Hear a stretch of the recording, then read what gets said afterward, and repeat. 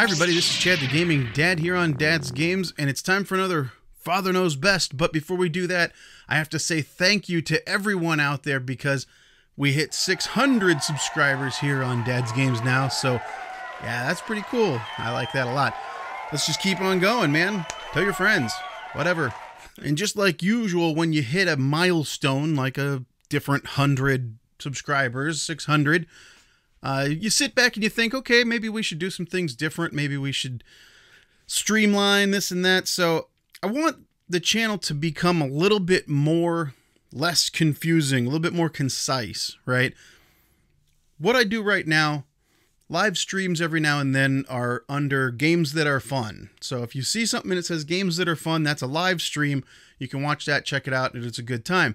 The Father Knows Best always has the little red triangle up in the corner of the screen on the thumbnail, so you know that that's just going to be a vlog where I'm just talking to you like this.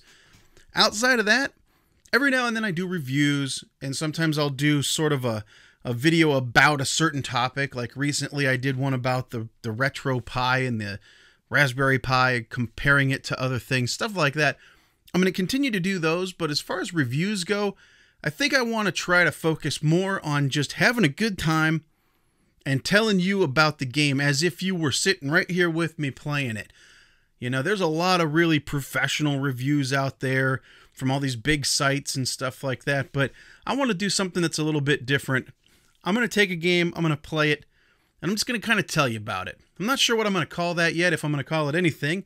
I may just call it reviews, but when you see a review from me coming in the future, I'm going to try to do as many as I can, because that's what this format will also helps make them a little bit faster, because I don't have to try to be so thorough about everything. I just want to play it, have fun, and tell you what I think about it. And basically, just like I said, if you were sitting here with me.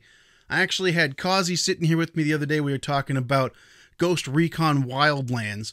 And I'm sitting here going on and on, telling him, oh yeah, you do this, you do that, you do this, you do that. And it just dawned on me, why don't I just do that for a video instead of trying to make like this really professional IGN GameSpot looking review kind of thing, because, you know, those are already out there. So let's do something different. So keep an eye out for that in the future.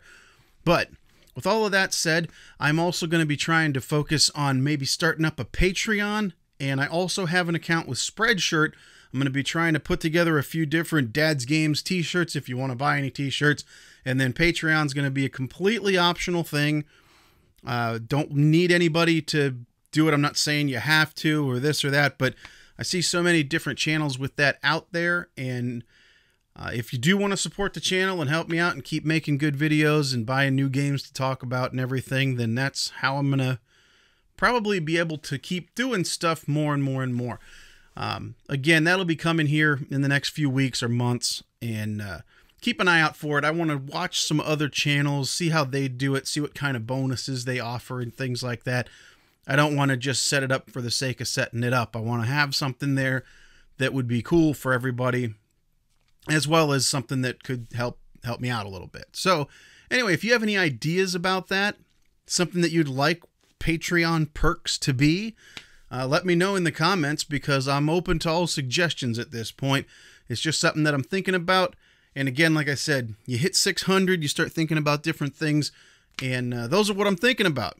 And on top of all of that, again, thank you. Very, very cool. Lots of support coming, and it feels great. I really like that. So anyway, to the topic that I have at hand today on Father Knows Best. You know, I've seen a lot of talk about people saying, you know, digital versus physical, physical versus digital, all this kind of stuff. And I even had a video about some retro games and the disc issue, where some of them don't really work and things like that. But what I want to talk about today is, it seems like, you know, when the Xbox One was announced, Microsoft showed its hand, right? They showed us their cards. They were like, we want this to be all digital, online all the time, DRM out the wazoo. You can't trade your games. You're going to have to buy them, buy them, buy them, buy them. Oh, and by the way, buy more games. That's how they were. Sony, don't believe that Sony or Nintendo or anybody else is your buddy, because they're not. the only reason why they want to be your buddy is because they want you to buy their stuff and more and more and more of their stuff. So Sony saw the backlash, and as much as Sony would like things to be all digital just as much as Microsoft, they backed off and said, no way. We're never going to do that. No, not us. We're going to keep physical. You can trade it in. You can do this. But what I'm seeing, and the reason why this came up in my mind this week, is I'm playing, well, I'm not actually playing. I bought this game a while ago. Gears of War 4. Haven't been playing it, but it sits on my Xbox One. All right, and the Xbox One that I got is the Xbox One S, and it has a 500 gigabyte hard drive in it. Oh, yay, 500 gigs, right? I do have an external hard drive on there, but it was just an extra one that I had laying around. It's only like 300 gigs, so it wasn't a ton. I don't even have a full terabyte on there. So needless to say, my storage is completely full. So I have to delete games and move things around just to play what I want to play on the console. So the reason why this got me thinking is, okay, Gears of War 4. On the back of the box, it says game disc and up to 60 gigabytes. Up to 60 gigabytes of storage is required. Right. It's not 60 gigabytes anymore. I had it installed on my system. It was taking up 60 gigabytes. And then every time they want to put out a patch, it's not like most games where you get a patch and the thing is, 2 or 3 gig or something like that. With this Gears of War game, they need a 90 gigabyte patch. I think prior to the 90 gigabyte patch, there was an 80 gigabyte patch. What I believe that these guys are doing, and same thing with Call of Duty and a lot of these other video games that have a ton of DLC, is they put the DLC in the patches, right? So regardless of whether you buy the DLC or not, you have to download the patch, which includes all the data for all that DLC, but none of it is accessed until you pay the fee, the DLC fee. So, you go on there and you're like, oh, all right, yeah, I want to play the latest levels. I'm going to pay my $15. And then you hit a button and bingo, they're there. You can just start playing, right? But what about the rest of us? I don't play. There's a few games I like to play online, multiplayer shooters and stuff like that. And Call of Duty, I'm not buying the additional packs. I just don't feel like it this time. I've bought them in the past. For Gears of War 4, I'm not playing that online at all. I just got that for the single player and some of the split screen stuff. I know I'm not going to play that one online. It's just not my cup of tea, so to speak. But why do I have to download all of the DLC every time they want to do a patch? And here's the cool thing is, like, in order for me to update Gears of War 4, because my system is kind of full, because 90 gigabytes, that's one game, is using 1/5 of the hard drive that the thing came with. You can have 5 games and that's it, and it's going to take up the whole stinking hard drive. So that's what got me thinking, was like, okay, wait a minute. Why do they do this? Why are they forcing us to download stuff that we don't even buy, that we don't want clogging up our system? And it dawned on me that, okay, the obvious answer is, yeah, they want you to just buy the stuff. So if they put it on your system, you might be inclined to try to buy it and play it or something like that. But I think more importantly than that, these consoles and the console manufacturers still would rather go all digital because they make the most profit on something like that. There's no shipping, there's no box, there's no physical item, there's no nothing. They just sell you stuff, and then whenever they feel like turning off their servers or whatever, then they know you are going to need to go buy something else, right? They have all the control then if you're all digital. But it doesn't matter anymore whether you're all digital or not, because, I was watching Dean Thompson on Escape to Gaming, and he was talking about how the all digital thing is going, and how you have to watch out about keeping things on a hard drive because, the patches, if you try to play a game years from now and you just install what's on the disk, it won't work because there's all these patches and stuff. I think that's all part of the plan. Because as much as this thing is physical and I have a disc in my hand, it's worthless. This thing does nothing. It does absolutely nothing except for what Dean said. This is a key to unlock the digital version of the game that's on your system already. Whether you buy a game on disc or not, all it does is copy the whole thing onto your hard drive digitally, and then the disc acts as a key, basically. But if they keep pushing out games that have 90, 100, I think Star Wars Battlefront actually has more than 100 gigabytes, if I'm not mistaken, because of the DLC and everything like that. If they keep pushing out these games that are that big, even if you don't choose to buy the digital version, they know that you can't keep that on your hard drive forever, right?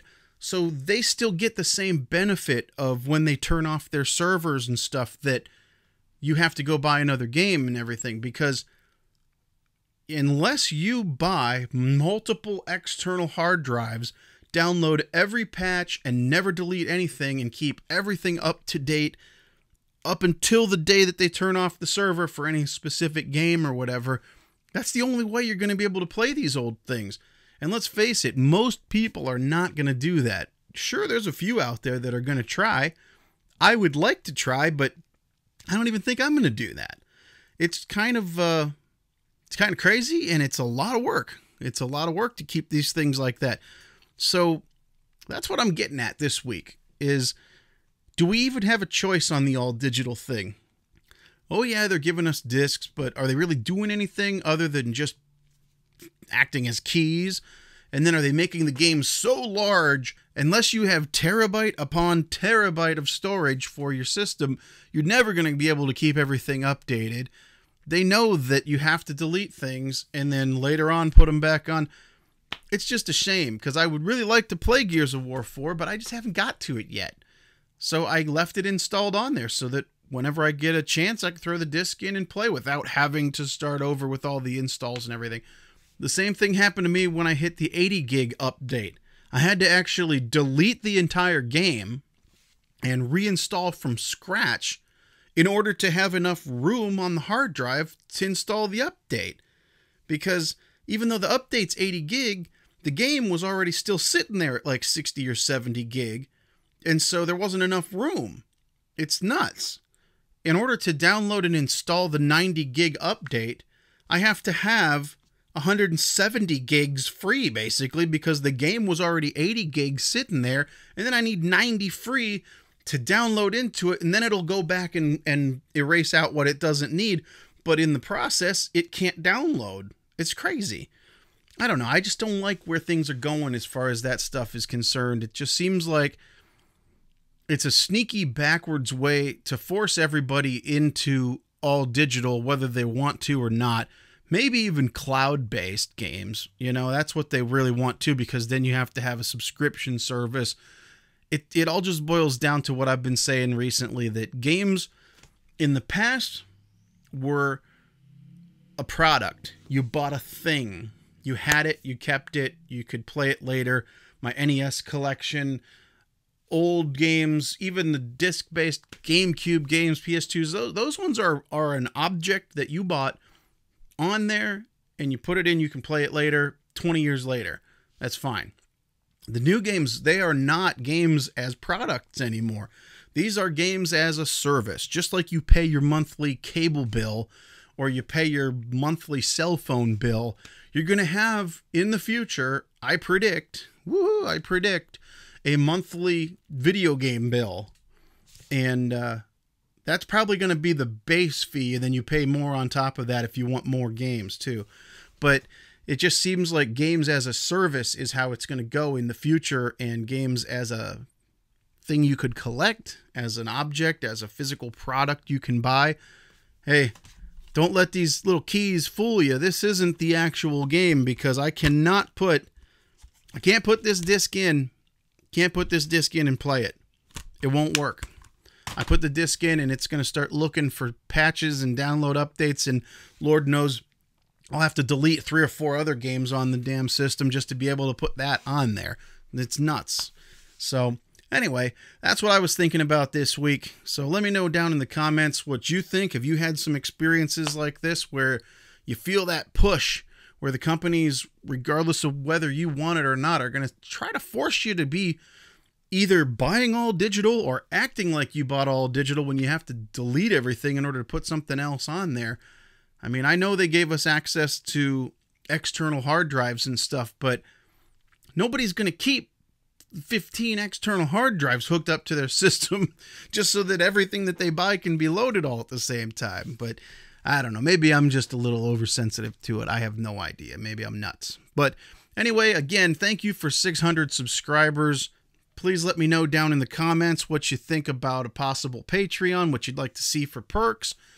Keep an eye out in the future for some more conversational reviews, like you're just telling your buddy about the coolest thing you started playing, or even if it's something that's terrible. I think the first game I'm actually going to do this style of review on is Ghost Recon Wildlands, because there's some good and there's some bad in there, and it'll be kind of fun to do. So we'll try that. Keep an eye out for that. But just like always, until next time, remember, you never outgrow video games. My name's Chad the Gaming Dad, and this is Dad's Games. Thank you, always, for watching. See you later. So long, everybody. Thanks again for watching. If you liked that video, please press like and subscribe. I love hearing from you guys, so leave your comments and any suggestions down below. Remember, there's tons of other gamers out there just like you and me, and they also know that you never outgrow video games. Feel free to share these videos all over social media, Twitter, Facebook, or whatever you use. This channel is for all of us. Let's make sure they know that they are not alone. Thanks again for watching, and we'll see you on the next one.